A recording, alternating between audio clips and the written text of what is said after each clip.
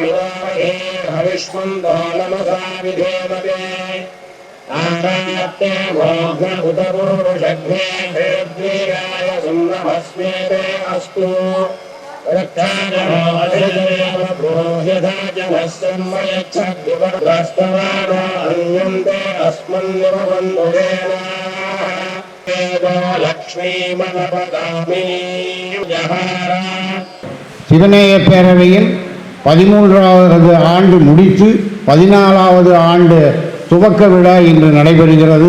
இந்த கோலாகலமான நிகழ்ச்சியிலே என்னுடன் இருந்து இதை நிகழ்த்தி கொடுப்பதற்காக திரு விஜய் ஆனந்த் அவர்களை மேடைக்கு அழைக்கிறேன். அனைவருக்கும் சிவநேய பேரவையினுடைய 14ஆம் ஆண்டு தொடக்க விழா இனிதே தொடங்குகிறது. விழா தொடக்கமாக முத்துநிகர் மங்கையர் குத்துவிளக்கேற்றுகின்றனர். திருமதி ஷியாமலா ஸ்ரீ அம்மா குழுவினர் இப்போது குத்துவிளக்கு ஏற்றி 14ஆம் ஆண்டு விழாவை தொடங்கி வைக்கின்றனர்.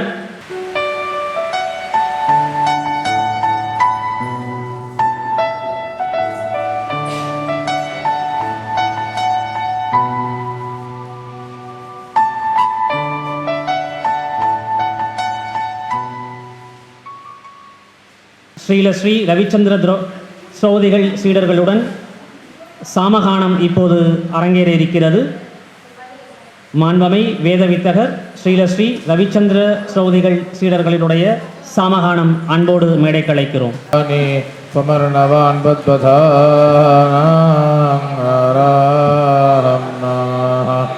மகாந்தமிந்திர பர்வதம் வியாத்வாஹ ஸ்ரீஜாத்தாராஹ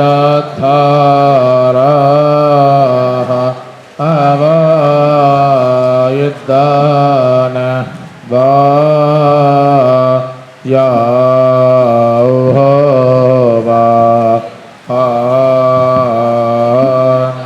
இப்போது பிரதீப் சாஸ்திரிகள் பூஜை செய்து விழாவை மங்களம் கூட்டுவார். भूषणाय नमः ओम वर्धहाय नमः ओम गिरिधन्विने नमः ओम गिरिप्रियाय नमः वाससे नमः ओम पुरारातये नमः ओम भगवते नमः ओम प्रमदादिभाय नमः ओम सूक्ष्मधनवे नमः ओम जगद्व्यापिने नमः ओम जगद्गुरवे नमः ओम नमस्ते अस्तु भगवन् विश्वेश्वराय महादेवाय त्र्यंबकाय त्रिपुरान्तकाय त्रिकालाग्निरुद्राय नीलकण्ठाय मृत्युञ्जयाय सर्वेश्वराय सदाशिवाय श्रीमन्महादेवाय नमः.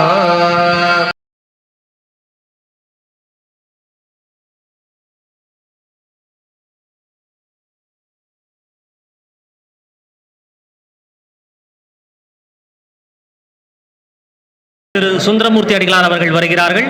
இப்போது தேவாரப்பன் இசைக்கப்படுகிறது. பிடியதன்னூறு உமை குளமிகு கரியது வடி கொடுதனதடி வழிபடும் அவர் இடர் கடிகணபதி வர அருளினன் மிகு கோடை வடிவினர் பயில் வலி வலம் உரையிறையே வடிவினர் பயில் வலி வலம் உரையிறையே. திருச்சிற்றம்பலம். சிவநேய பேரவை 14ஆம் ஆண்டு துவக்க விழா ஈசன் மீதுள்ள பக்தியால் ஸ்ரீனிவாசன் என்ற பெயரை மகஸ்ரீ சிவநேசன் என்று மாற்றி கொண்டதோடு இல்லாமல் இறைவன் தேடலே இன்பத்தின் நிலையாகும். இறைவன் தேடலே இன்பத்தின் நிலையாகும். எண்ணங்கள் வளமை கொண்டு அழகாகும். ஈசனின் தேடலில் பல வகை உண்டு. அதில் பல அனுபவங்கள் வந்து சேர்வதும் உண்டு. தேடுகின்ற தொடர்புகளும் இடைநடுவே திசை மாறும். பருவங்கள் மாறினாலும் பஞ்சபூதம் மாறுவதில்லை. சாகசங்கள் பல புரிந்து சாதனைகள் பனைத்திடு. செய்யும் தொழில் மேன்மையாக வியக்கும் முந்தன் வினை செயலில் உயர்வான அறிவை கண்டு திகைத்து நிற்கிறேன். நலமான எண்ணங்களுடன் ஈசனின் நட்புடன் படைத்திடுவாய் சரித்திரம் பல கோடி. வணக்கம். மாண்பமை வேத வித்தகர் ஸ்ரீ ரவிச்சந்திர சௌதிகள் அவர்களுக்கு சிறப்பு செய்யப்படுகிறது. அவருக்கு சிவநேய பேரவை இப்போது சாமவேத விற்பன்ன மாமணி என்ற விருதை வழங்கி மகிழ்கிறது. சிறப்பு செய்கின்ற நிகழ்வு அரங்கேறுகிறது. நம்முடைய வாழ்த்துக்களை கரவொலி மூலம் எழுப்பி வணங்கி மகிழ்வோம். திருவிடைமருதூர் வாசியான இப்பெருமகன் 1964 பிப்ரவரி 11 பிறந்தவர். அண்மையில் சஷ்டியப்த பூர்த்தி எனும் மணிவிழா நிறைவு கண்டவர்.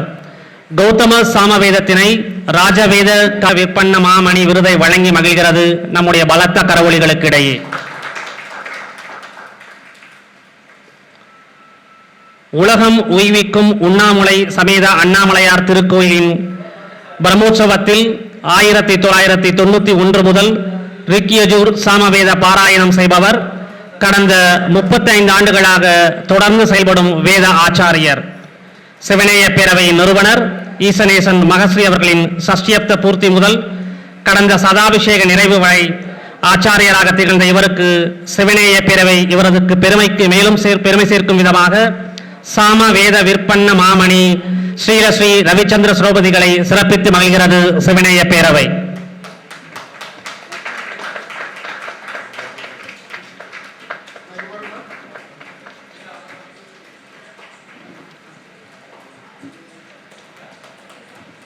ஆலயம் ஆகமம் ஆனந்தம் என்ற பொருளிலே சிறப்பு சொற்பொழிவாற்ற அருள் மாமணி ஸ்ரீ பிரபாகரன் அவர்கள் உங்கள் முன்னே.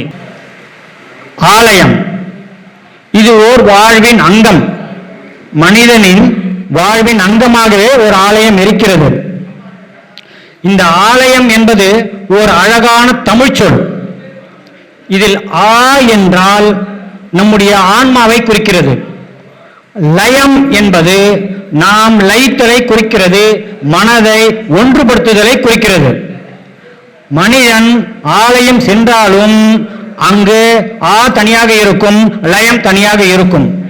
அங்கு நாம் செல்லும் பொழுது நம்முடைய ஆன்மாவை அதனுள் லயப்பதற்காகத்தான் நாம் ஆலயம் செல்கின்றோம். அதை எல்லோரும் உணர்ந்து கொண்டால் இன்பமாக இருக்கும். எதற்காக இதெல்லாம் நடக்கிறது என்றால் நாம் ஆனந்தமாக இருப்பதற்கு, மனம் மகிழ்வாக இருப்பதற்கும், மற்ற பொருளுக்காக இல்லை. நம்முடைய மனம் மகிழ்வாக இருப்பதற்கும் நிம்மதியாக இருப்பதற்கும் இந்த ஆலயம் செல்ல வேண்டியது கடமையாக இருக்கிறது. அந்த தொண்டுக்கான நிகழ்வு இப்ப அரங்கேறி இருக்கிறது. அந்த கல்வி உதவி தொகையை மாணவர்களுக்கு வழங்குவதற்காக திரு முத்துக்குமாரசாமி ஐயா அவர்களை அன்போடு மேடைக்கு அழைக்கிறோம்.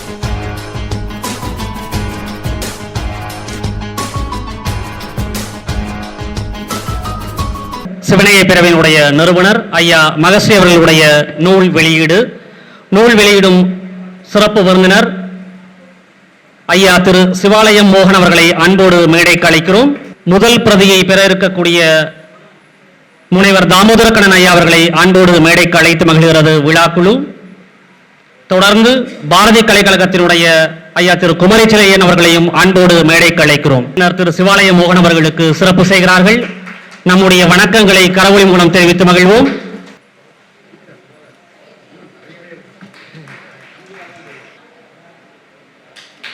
பாரதி கலைக்கழகத்தினுடைய ஐயா திரு குமரிச்சிலையன் அவர்களுக்கு சிறப்பு செய்கிறார் ஈசனேசன் மகஸ்ரீ ஐயா அவர்கள். நூலாசிரியருக்கு ஐயா சிவாலய மோகன் அவர்கள் சிறப்பு செய்கிறார்கள்.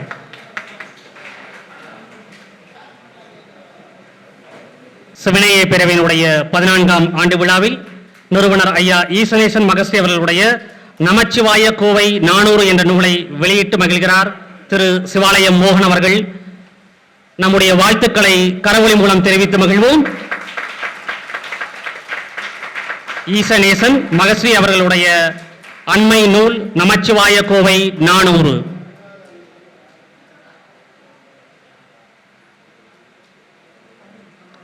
முதல் பிரதியை தாமோதரக்கண்ணன் ஐயா திருச்சி அவர்கள் பெற்றுக்கொள்கிறார்கள். தொடர்ந்து பாரதி கலைக்கழகத்தினுடைய ஐயா திரு குமரிச்சிலையன் அவர்கள் பெற்று மகிழ்கிறார்கள்.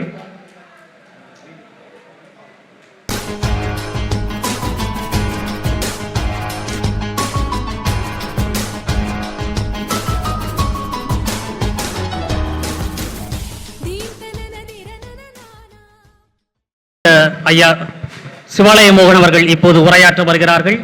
சிறு வயது முதலே தமிழ் மீது காதல் கொண்டவர், பக்தி நெறியில் தமிழ் வளர்ப்பவர், பல்வேறு அறப்பணிகளில் ஈடுபடுத்திக் கொண்டிருப்பவர், ஆதீனகர்த்தர்கள் தொடங்கி தமிழார்வம் கொண்ட குழந்தைகள் வரை அனைவரோடும் நட்பு பாராட்டுபவர், இறைவன் வரம் கொடுத்தால் நூல்களை என் பிள்ளைகளாக கேட்பேன் என்று சொல்லக்கூடிய புத்தக ஆர்வலர் இந்த நூலை வெளியிட்டிருப்பதில் கூடுதல் மகிழ்ச்சி கொள்கிறது சிவனேய பேரவை.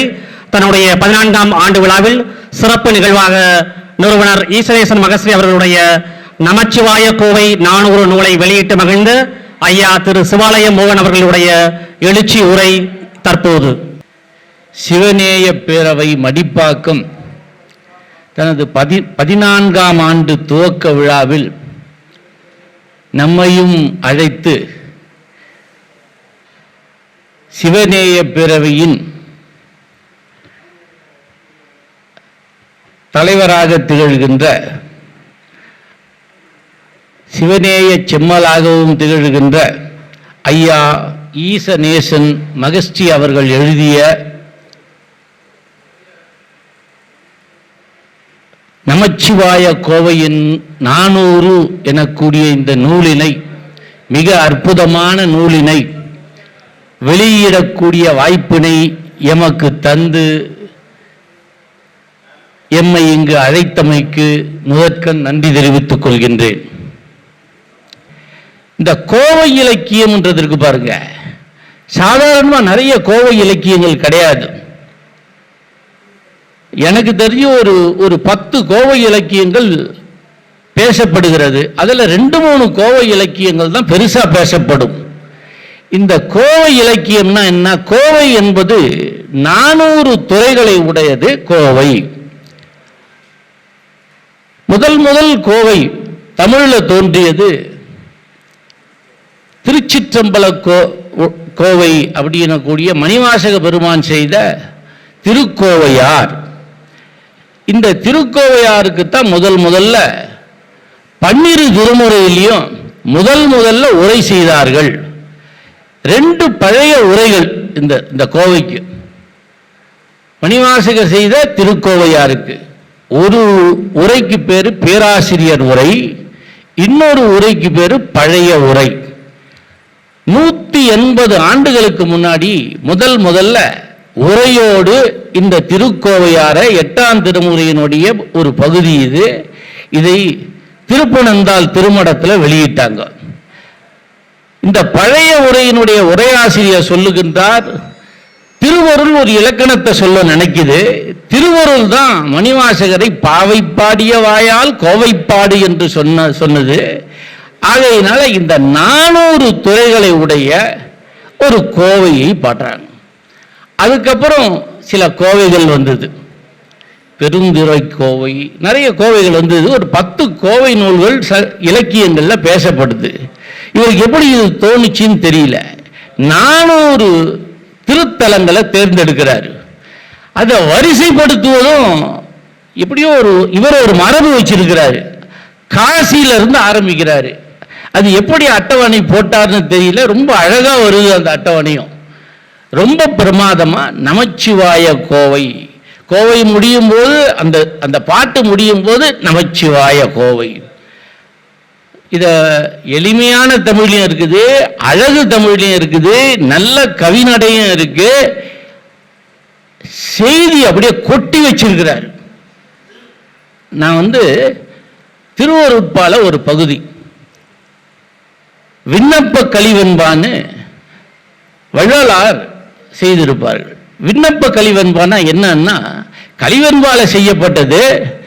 ஒவ்வொரு தலத்துக்கும் அவர் எல்லா தலத்துக்கும் போனாரா தெரியல, அருளாளர் அந்த தலத்தை பத்தி, அங்க உள்ள நிகழ்வை பத்தி, அங்க உள்ள வரலாறை பற்றி, அந்த புராணத்தை பத்தி, அங்க அவதரித்த நாயனாரை பத்தி, அதுக்கு போகின்ற வழி, அந்த தலத்தினுடைய சிறப்பு எல்லாம் 2 வரியில இல்ல 4 கண்ணியில அதை எழுதிடுவார். அப்படி ஒரு மரபு. ஒரே பாட்டுல ஒரு தலத்தை பத்தி சொல்றார். காசினா என்ன, திருவாரூர், அடுத்து காஞ்சிபுரம்னா என்ன, அடுத்து திருவண்ணாமலை, அப்படியே வரிசையா சிதம்பரம், வேதாரண்யம், இந்த வரிசைப்படுத்தி இருக்கிறார் பாருங்க. இந்த சமயத்தை அதிகமாக படித்தவங்களுக்கு இவர் எப்படி வரிசைப்படுத்தி இருக்கிறார்னு தெரியும். அப்படி ஒரு அருமையா வரிசைப்படுத்தியிருக்கிறார். எல்லாத்தையும் சொல்ல முடியாது, ஆனா எல்லாரும் இந்த நூலை வாங்கி இதை அனுபவிங்க. அவ்வளவு அழகு தமிழ சொல்றார். திருச்சியிலிருந்து வரை தந்திருக்கக்கூடிய மேல்நிலைப் பள்ளியினுடைய தலைமை ஆசிரியர் முனைவர் தாமோதரக்கண்ணன் ஐயா அவர்களை உரையாற்ற அன்போடு அழைத்து மகிழ்கிறோம். பாவை பாடிய வாயால் கோவையும் பாடுக என்று இறைவன் மாணிக்க வாசகரை கேட்டுக்கொண்டதன் பேரிலே அவர் கோவை பாடியிருக்கிறார். அதே போலவே ஐயா அவர்கள் பாவைக்கு உரை எழுதியிருக்கார், திருவெம்பாவைக்கு உரை எழுதிட்டார். அடுத்து கோவை எழுதணும் அப்படிங்கிறதுக்காக இந்த நூல் எழுதியிருக்காரு. இந்த நூலை எனக்கு கொரியர்லேயே வந்துச்சு, ஊருக்கு வந்துச்சு. அப்போ நான் படித்தேன். படிக்கும்போது நிறையா அந்த அந்த கோவிலினுடைய வரலாறை எனக்கு முன்பாக பேசிய சிறப்பு விருந்தினர் பேசியதை போல அந்த தலத்தினுடைய வரலாறை ரத்தின சுருக்கமாக மிக அழகாக கொடுத்துருக்காரு. அடுத்தது அந்த கோவில் இருக்கின்ற இறைவன் இறைவியினுடைய பெயரும் உள்ள வந்துடுது. அடுத்ததாக அந்த கோவில் தலத்தை வழிபட்டால் என்ன நமக்கு நன்மைகள் கிடைக்கும், என்ன பலன்கள் உண்டு, அந்த பலனையும் சொல்லியிருக்கார். கடைசியாக நமச்சிவாயம் என்று முடிக்கின்றார். தமிழர் மரபிலே இது ஒரு அற்புதமான ஒரு நூலாக இடம்பெற போகிறது. எப்படி புறநானூறு, அகநானூறு, என்னுடைய தாத்தா எழுதின திருச்சி பாரதன் அவர்கள் எழுதிய குகநானூறு, சுகநானூறு, அதே போல இந்த நமச்சிவாய கோவை நானூறும் தமிழ் இலக்கிய வரலாற்றில், குறிப்பாக பக்தி இலக்கிய வரலாற்றில் இடம்பெற போகிறது. பாரதி கலைக்கழகத்தினுடைய நிறுவனர் ஐயா திரு குமரிச்செழியன் அவர்களை உரையாற்ற அன்போடு அழைக்கிறோம். 400 சிவத்தலங்களை பற்றிய ஒரு தொகுப்பு. கோவை என்னால் தொகுப்பு. கோர்வைன்னு தான் எல்லாரும் சொல்லுவோம், கோர்வையில் கோவை சேர்த்து தொகுத்திருக்கிற ஒரு தொகுப்பு தான் இந்த 400 சிறப்புகள் நிறைய. நான் 100 தடவை படிக்கக்கூடிய அளவுக்கு சிறப்புடைய நூல் இது தான் 400. அப்படிப்பட்ட ஒரு அரிய நூலை அவர்கள் படைத்திருக்கிறார்கள் என்பதுதான். இந்த முறையை நீங்கள் பார்க்கணும். சிவாலயங்கள் அப்படின்னு சொன்னால் இந்த 4 பாடல் பெற்றிருக்கும். அதாவது திருஞான சம்பந்தர், திருநாவுக்கரசர், சுந்தரர், மாணிக்க வாசகர் 4 பாடிய தலங்கள் தான் பாடல் பெற்ற தலங்கள் என்று ஒரு மரபு இருக்கிறது. 4 பாடிய தலங்கள், 3 பாடிய தலங்கள், 2 பாடிய தலங்கள், 1 பாடிய தலம், பாடலே பெறாத தலம், அப்படி 4 வகையாக முறைப்படுத்தி சொல்லலாம். அந்த 4 வகையான தலங்களை அவர் சேர்த்திருக்கிறார். நீங்கள் தெரிந்திருப்பீர்கள், தேவார திருத்தலங்கள் 273 என்பது ஒரு நிலை, 276 என்பது ஒரு நிலை தான் தேவார திருத்தலங்கள். ஆனால் இவர் 400 திருத்தலங்கள். இதை இன்னொரு புதுமை இல்லையா, ஒரு திருத்தலங்களை தேடி தேடி தேடி, அது காலத்தினுடைய கட்டாயம். இன்னும் எத்தனையோ இருக்கிறது, அவற்றையெல்லாம் தேடி தேடி தொகுத்து கொண்டு இருக்கிறார்கள். அப்படி 400 திருத்தலங்களை 276 தாண்டி இப்போ 400 IAS. இந்த 400 தலைவர் ஈசனேசன் ஐயா அவர்கள் என்கிற ஒரு புதுமையும் இதில் சேர்ந்திருக்கிறது. சிவனைய பிரிவினுடைய நிறுவனரும் அண்மையில் அவருடைய அண்மை நூலான நமச்சிவாய கோவை 400 வழங்கி மகிழ்ந்திருக்கக்கூடிய நூலாசிரியனுடைய ஏற்புரை இப்போது நம்மிடையே வழங்க வருகிறார் சிவனேய செம்மல் ஈசனேசன் மகஸ்ரீ அவர்கள். என்னை ஆட்டி வைக்கும் எம்பெருமான் எழுத வைத்திருக்கிறார், எழுதி கொண்டிருக்கிறேன். ஐயா அவர்கள் பேசும்போதே குறிப்பிட்டார்கள், இது இறைவனுடைய ஆணையின்றி இவர் அசைந்திருக்க மாட்டார் என்று அழகாக குறிப்பிட்டார்கள். அது 100க்கு 100 அல்ல, 100க்கு 400 கூட அது உண்மைதான். 85 வயதிலே 85 புத்தகங்கள் வெளியிட்டு இருக்கிறேன் என்றால் அது என்னுடைய சிறப்பு மட்டுமல்ல, என் குடும்பத்தார் சிறப்பு தான். என் மகள் ஆனந்தி, என் மகன் மகஸ்ரீ பிரபு, புத்திரன் மற்றும் இங்கே இருக்கக்கூடிய மற்ற என்னுடைய மருமகள் என்னக்கூடிய மகள், இப்படி நிறைய பேர் இருக்கிறார்கள்.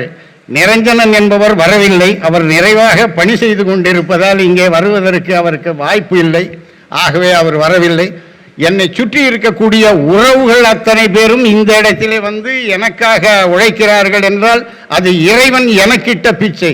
நீ இருந்து கொள், நீ வாழ்ந்து கொள், உன்னோடு உறவுகள் உனக்கு உதவுவதற்காக சில நட்புகள் இத்தனை பேரையும் நான் கொடுக்கிறேன் என்று சொன்னால் நான் வாழ்ந்து கொண்டிருக்கிறேன், அவ்வளவுதான். எல்லாருக்குமே தெரியும், நான் சில தினமும் ஒரு கவிதை ஒன்று போடுவேன், அதை பார்த்துட்டு எல்லோரும் பாராட்டுவார்கள், அருமையாக இருக்கிறது, நீங்கள் தொடருங்கள் என்று. அப்படி சொல்லுகின்ற அந்த ஒவ்வொரு மணித்துளியும் என்னுடைய மனதுக்குள்ளே சென்று மீண்டும் எனக்கு உத்வேகத்தை கொடுக்கிறது. இன்று சிவாலயம் மோகன் ஐயா அவர்களை நான் அவர் இல்லத்திலே சந்தித்தேன் என்று அவர் நினைத்து கொண்டிருக்கிறார். இல்லை, அதற்கு முன்னும் நான் சந்தித்திருக்கிறேன். 2011 மயிலாப்பூர் கபாலீஸ்வரரை பற்றி அவர் எழுதிய நூல் ஒன்று அவருடைய திருக்கரத்தால் நான் பெற்றிருக்கிறேன். அது என் இல்லத்தில் இன்றும் இருக்கிறது. அதை அப்பொழுது நினைவுக்கு வரவில்லை. இவரது ஏதோ புக்கு வச்சமே வாங்கி படித்தமே அப்படின்னு நினைக்கும் போது உள்ளே போய் பார்த்தால் அந்த புக்கு மயிலை கபாலீஸ்வரர். அந்த இடத்திலிருந்து திரு சிவலோகமோகன் ஐயா அவர்கள் இங்கே வந்து இந்த நூலை வெளியிட்டது எனக்கு பெரும் பாக்கியமாகத்தான் கருதுகிறேன். இரண்டாவது, ராஜ்குமார் ஐயா என்பதை வாங்கிக் கொள்வதற்காக நான் போட்டியிருந்தேன். அவர் வந்து மதியம்தான் என்னால் வர முடியும், மாணவர்களுக்கு பரிசு கொடுக்கிற நிலையிலே நான் வந்து விடுகிறேன் என்று அவர் சொல்லதாலே இதில் வாழ்த்துறையில் இருந்த என்னுடைய பாரதி கலைக்கழகத்தின் பிதாமகருக்கு அடுத்தபடியான பிதாமகர். அவ்வளவுதான். வேற ஒன்றுமே அவரை பற்றி நான் சொல்ல முடியாது. ஏன்னா அவர் என் பேரில் ரொம்ப இது. முதல்ல எனக்கு புதுக்கோட்டையிலே ஒரு அழைப்புதல் கொடுக்குறாங்க, நீங்கள் வாங்க, உங்களுக்கு நான் வாழ்த்தணும் அப்படின்னுட்டு. பரவாயில்லையே, நம்மளுக்கு கூட வாழ்த்துறவங்க இருக்காங்க. கிணற்று தவளையாக இருந்த என்னை அடுத்ததாக ஏரியிலே தூக்கி போட்டு இருக்கிறார்கள்.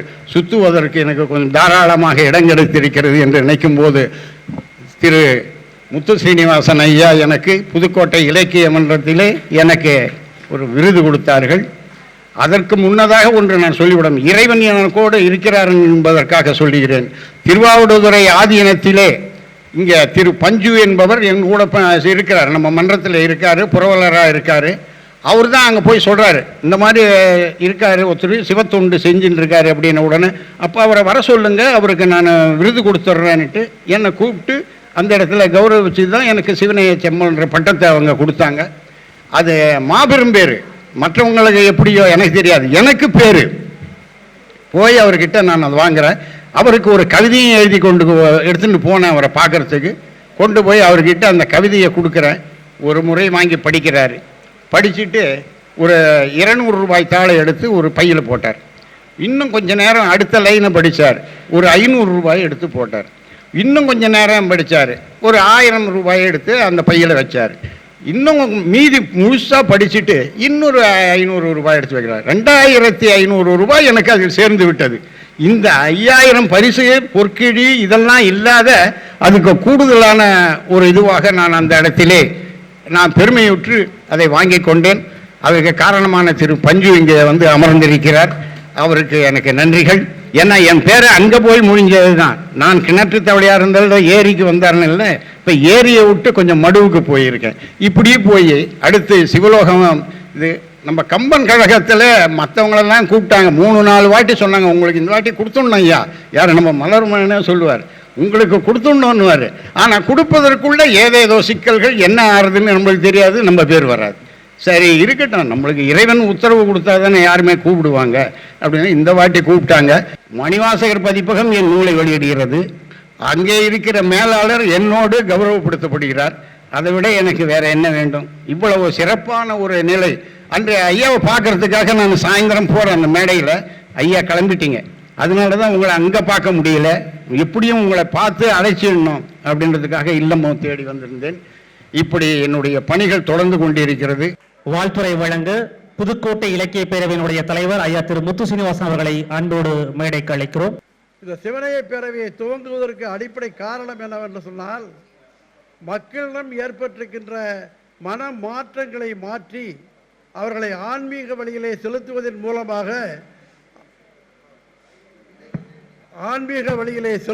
மூலமாக அவர்களுடைய உள்ளத்திலே நல்ல பண்புகள் வளருவதற்கு இந்த அமைப்பு பயன்பட வேண்டும் என்பதற்காகத்தான் அவர் முதலாக இந்த அமைப்பை துவக்கினார். அதை துவக்கியதின் நோக்கம் நிச்சயமாக இருக்கிறது என்பதை இந்த 14ஆம் ஆண்டு விழாவிலே நாம் காண்கிறோம். காரணம், அவருடைய ஆற்றல் வளர்ந்தது என்பது ஒரு பக்கமல்ல. இன்று முதலாக ஒரு 15 பேர் அல்லது 20 பேர் ஒரு கூட்டத்திற்கு வருகின்ற அந்த காலகட்டத்தை தாண்டி இன்றைய தினம் அந்த ஆண்டு விழா நிகழ்ச்சிகளை பார்த்தோமே ஆனால் கிட்டத்தட்ட ஆயிரக்கணக்கான மக்கள் கலந்து கொள்கின்ற அளவிற்கு சிவனைய பேரவை வளர்ந்திருக்கிறது என்று சொன்னால் அது நிச்சயமாக இறையருள் என்பதோடு மட்டுமல்லாமல் சிவனைய பேரவையை நடத்தி வருகிற ஈசனேசன் மகஸ்ரீ அவர்களுடைய குடும்பத்தின் தொண்டு காரணம் என்பதை இங்கே நான் குறிப்பிட விரும்புகிறேன். என்றால் ஒருவனுடைய 62வது மனவிழாவிலே அவர் அந்த ஹோமம் நடக்கிற போது அந்த ஹோமத்தினுடைய பூர்ணாகிருதிகளை பெறுகிற காட்சி யாரை நோக்கி சமர்ப்பிக்கிறோமோ அவர்களே நேரில் வந்து வாங்கியதை போல ஜுவாலையிலே அவர்களுடைய உருவம் தெரிந்தது என்று சொன்னால் உண்மையிலேயே இறையருள் பெற்ற ஒருவராக மகஸ்ரீ விளங்குகிறார் என்பதை இந்த நேரத்திலே நான் குறிப்பிட விரும்புகிறேன்.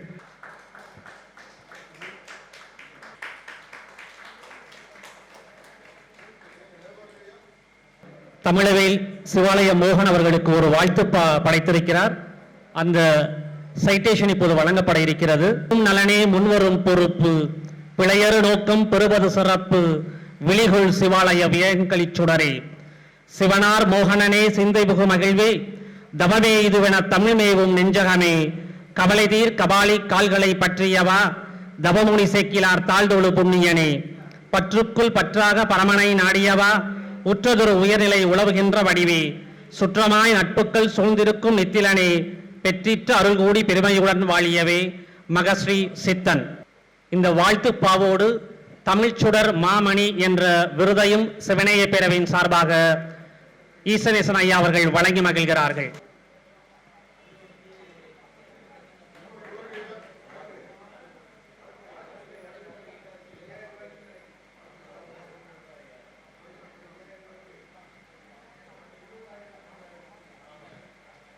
தமிழ்முகில் கவிமாமணி திருவை பாபு அவர்களை வாழ்த்துரைக்கு அன்போடு அழைக்கிறோம்.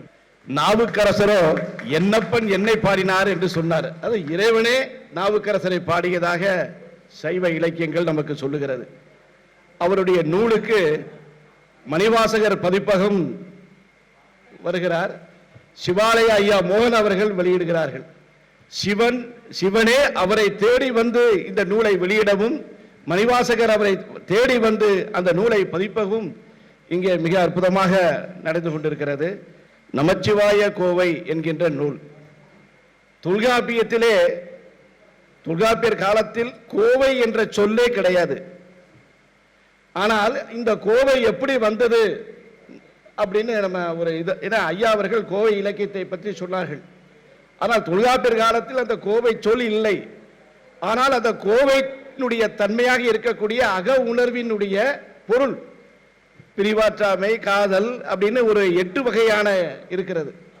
ஆக அந்த 8 வகையான இதையும் பார்த்தீங்கன்னா அது வந்து தொல்காப்பியம் நமக்கு உணர்த்துகிறது. ஆனால் கோவை என்று சொல் கிடையாது. அப்படிப்பட்ட ஒரு தன்மை தான் இது போன்ற கோவை வருவதற்கு ஒரு உதாரணமாக இருக்கிறது. புறநானூறு எடுத்துக்கொண்டா, அகநானூறு எடுத்து பாருங்கள். சங்க இலக்கியத்திற்கு பிறகு ஒரு கோவை ஒரு இலக்கிய வடிவமாக வந்திருக்கிறது என்று சொன்னால் அதற்கெல்லாம் அதற்கு முற்பட்ட அந்த சங்க இலக்கியத்தை நாம் பாராட்ட வேண்டும். அதே போல என்ன இங்கே வாழ்த்துரைக்கலாம் என்று சொல்லுகின்ற பொழுது ஒட்டுமொத்த ஒரு 9-10 பேருக்கும் உள்ள வாழ்த்துரையாக நம்மளுடைய ஐயா சொல்லருவி அவர்கள் வாழ்த்தி விட்டார்கள். புத்தகத்தினுடைய மேலாளர் ஐயா திரு ராமகுருமூர்த்தி அவர்களை வாழ்த்துரை வழங்க அன்போடு அழைக்கிறோம். நூல் வெளியீட்டு விழாவிற்கு ஐயா சிவாலய மோகன் அவர்களை நாங்கள் சென்று அழைத்த போது மனம் வந்து ஒத்துக்கொண்டு இங்கு வருகிறது என்று சிறப்பித்தமைக்கு அவருக்கு நன்றியை தெரிவித்துக் கொள்கிறேன்.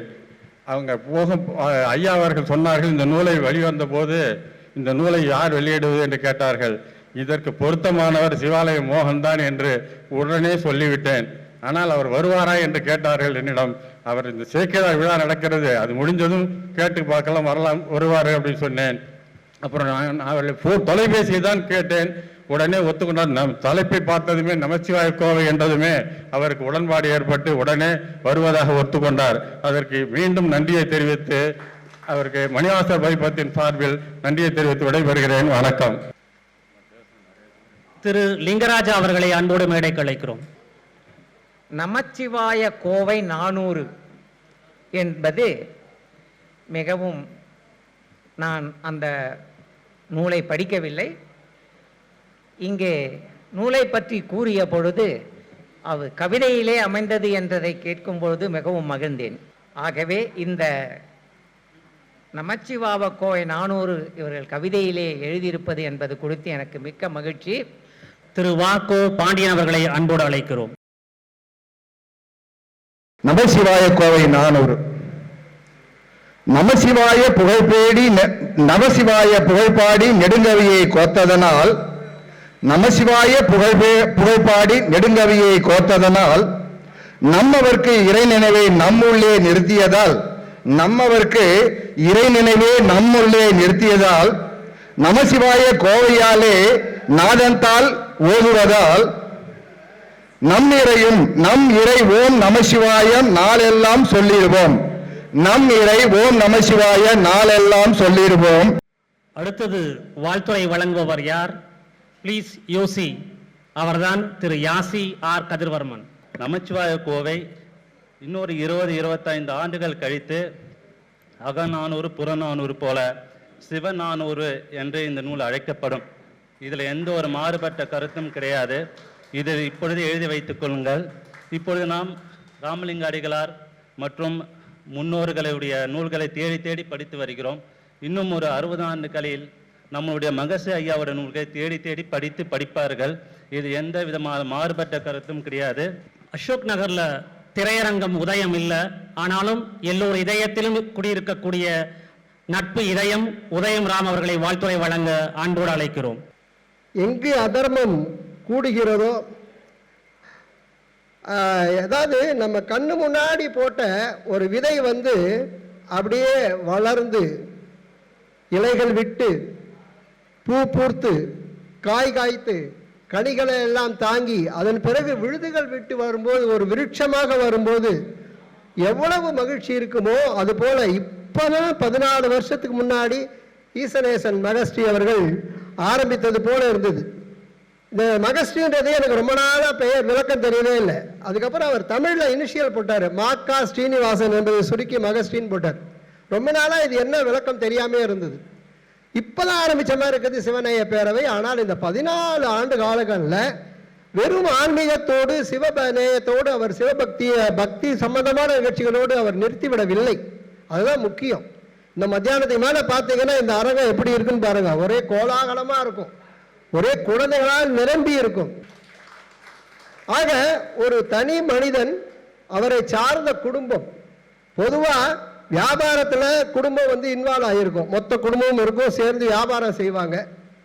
அரசியலில் கேட்கவே வேணாம், குடும்பம் மட்டும் இல்லை, மொத்தம் ஊரில் தூர சொந்த பந்தங்கள்லாம் சொல்லுவாங்கல்ல, அந்த எல்லாமே சேர்ந்து அரசியலில் செய்வாங்க. ஒரு இறை பணிக்கு, ஒரு சமூக பணிக்கு, ஒரு சமுதாய பணிக்கு ஒரு குடும்பமே இணைந்து எந்த விதமான, அதாவது என்ன சொல்றது, டிஃபரன்ஸ் ஆஃப் ஒப்பீனியன் இல்லாமல் செய்கிறது என்கின்றதை இந்தியாவிலேயே ஒரே ஒரு இடத்துல தான் பார்க்க முடியும். அது இவரோட குடும்பத்தில் மட்டும்தான் பார்க்க முடியும். அடுத்ததாக வாழ்த்துறை வழங்க கவிஞர் மலர்மகன் அவர்களை அன்போடு அழைக்கிறோம். இவருடைய சொல்லாட்சி திறமையையும் சைவ சமயத்திற்கு இவர் அருளி செய்கிற சில புதிய சொற்களையும் பார்க்கிற போது நீங்கள் டாக்டர் ஆஃப் லெட்டர்ஸ் என்கிற விருதை பெற வேண்டும் என்பது என்னுடைய ஆசையாக அறிவிக்கின்றேன். உங்களுடைய 100வது நூல் வருகிற போது நீங்கள் டாக்டர் ஆஃப் லெட்டர்ஸ் என்ற டாக்டர் முத்திரையோடு அந்த நூலை வெளியிட வேண்டும் என்று வாழ்த்தி உங்கள் பாதங்களை வணங்கி மேல்கிறேன். அடுத்ததாக திரு பஞ்சநாதன் அவர்களை வாழ்த்துறை வழங்க அழைக்கிறோம். சங்ககிரி நாககிரி, சங்ககிரி நாககிரி, வேதகிரி பத்மகிரி, மங்களகிரியான பஞ்சகிரி சூழுமிடம்.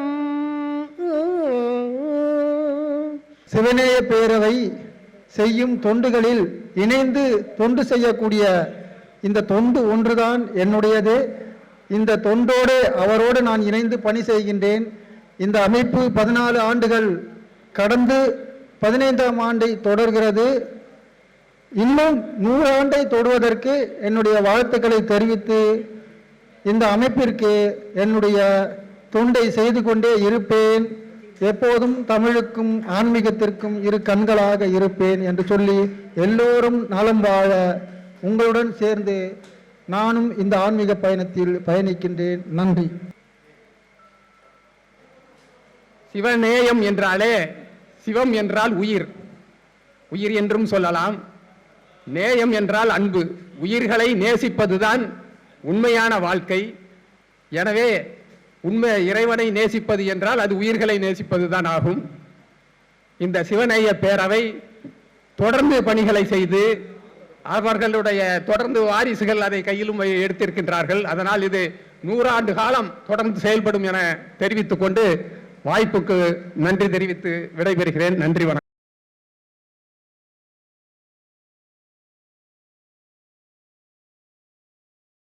தமிழ் இருக்கும் இடத்திலெல்லாம், தமிழ் வாழும் இடத்திலெல்லாம், தமிழ் இயக்கங்கள் இடத்திலெல்லாம் இந்த தமிழ் தேவி என்று இருப்பார் என்று வாழ்த்துவார்.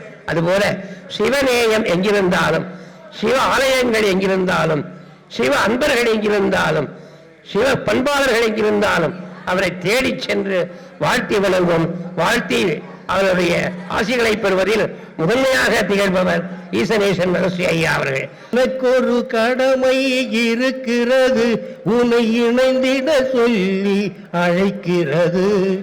எனக்கு ஒரு கடமை இருக்கிறது, உன்னை இணைந்திட சொல்லி அழைக்கிறது. புரியாததெல்லாம் புரிந்திடும்படியாய், புரியாததெல்லாம் புரிந்திடும்படியாய் புதுமைகள் செய்ய உரைக்கிறது. வெளிகளுக்கு விருந்து படைக்க இப்போது நாட்டிய நிகழ்ச்சி நடைபெற இருக்கிறது. திருமிகு காயத்ரி அவர்களுடைய அன்னை நாட்டையாலயா மாணவிகள் இப்போது நம்மிடையே நடனமாட வருகிறார்கள். பிரணீதா, ருத்விகா, ரேணுபிரியா, திவ்யஸ்ரீ, ஹேமலதா, நேத்ரா ஆகிய மாணவிகளை கரவொலி எழுப்பி வாழ்த்துக்களை தெரிவித்து மேடைக்கு அழைத்து மகிழ்கிறது சிவநேய பேரவை. சிவநேய பேரவையின் ஆண்டு விழாவிற்கு எங்கள் ஸ்ரீ அன்னை நாட்டியாலய மாணவிகளின் பரதநாட்டிய நிகழ்ச்சியானது தற்பொழுது ஆரம்பமாக உள்ளன. இந்த அரிய வாய்ப்பினை எங்களுக்கு அளித்த மகஸ்ரீ மாமா அவர்களுக்கும் மற்றும் அவர்கள் குடும்பத்தார் அனைவருக்கும் எங்கள் அன்னை நாட்டியாலய சார்பாக நன்றி கலந்த வணக்கத்தை தெரிவித்துக் கொண்டு, முதலாவதாக ஓம் ஸ்ரீ அன்னையே சரணம் என தொடங்கும் பாடலுக்கு எமது மாணவிகள் நடனமாட வருகிறார்கள். ஓம் ஸ்ரீ அன்னையே சரணம். மூஷிக வாகன என தொடங்கும் பாடலுக்கு எமது மாணவிகள் நடனமாட வருகிறார்கள்.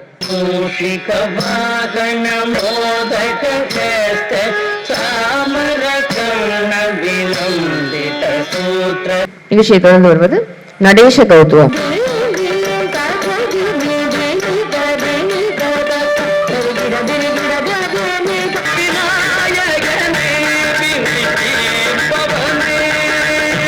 சொல்லாலே ஏம்பிடல் இயலாதையா என்ற பாடலுக்கு எமது மாணவிகள் செல்வி நேத்ரா மற்றும் பிரணீதா அவர்கள் ஆட வருகிறார்கள்.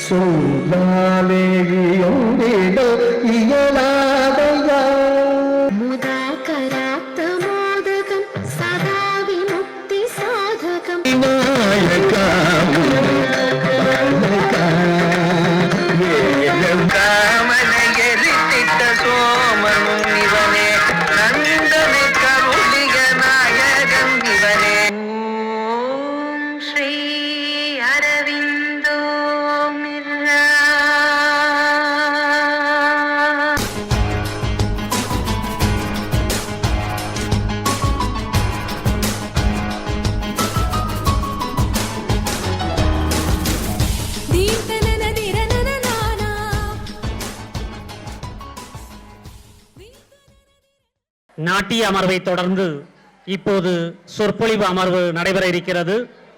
சிவநேய பேரவையினுடைய 14ஆம் ஆண்டு தொடக்க விழாவில் நம்முடைய செவிகளுக்கு விருந்து படைக்க சிவநேய சுடர் மாமணி திருமதி ஆனந்தி ஸ்ரீராமன் அவர்கள் சிவமகா கருணை என்ற பொருளிலே உரையாற்ற வருகிறார்.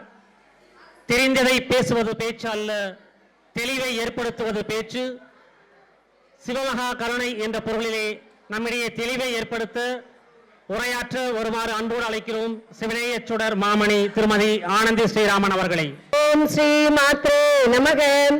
மூவிரு முகங்கள் போற்றி, முகம்பொழி கருணை போற்றி, எவரும் துதிக்க நின்ற ஈராறு தோல் போற்றி, காஞ்சி மாவடி வைகும் செவ்வேல் மலரடி போற்றி, அண்ணான் திருக்கைவேல் போற்றி போற்றி, சேவலும் மயிலும் போற்றி.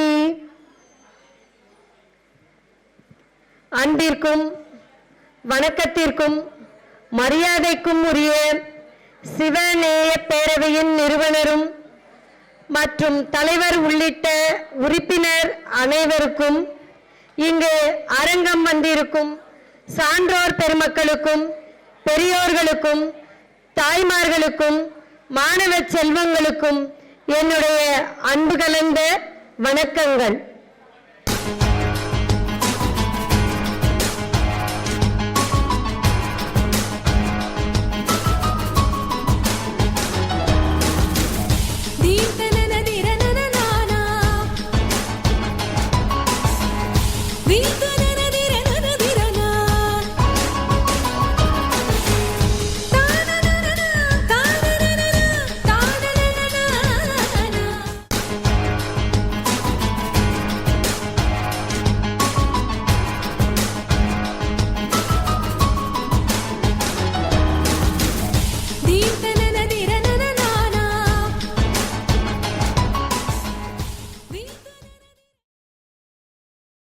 வளரும் தலைமுறை வளமான தலைமுறையாக மாற வேண்டும் என்பதற்காக சிவநேய பேரவை 14ஆம் ஆண்டு தொடக்க விழாவில் பல்வேறு போட்டிகளை நடத்தி அதில் வென்றவர்களுக்கு இப்போது பரிசு வழங்கும் நிகழ்வு.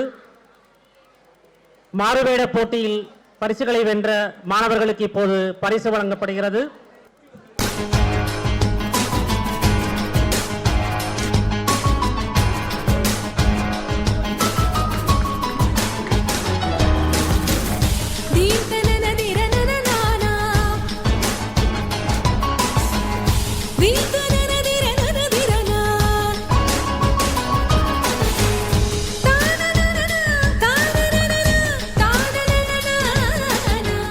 அடுத்ததாக கர்நாடிக் மியூசிக்குக்கான பரிசுகள்.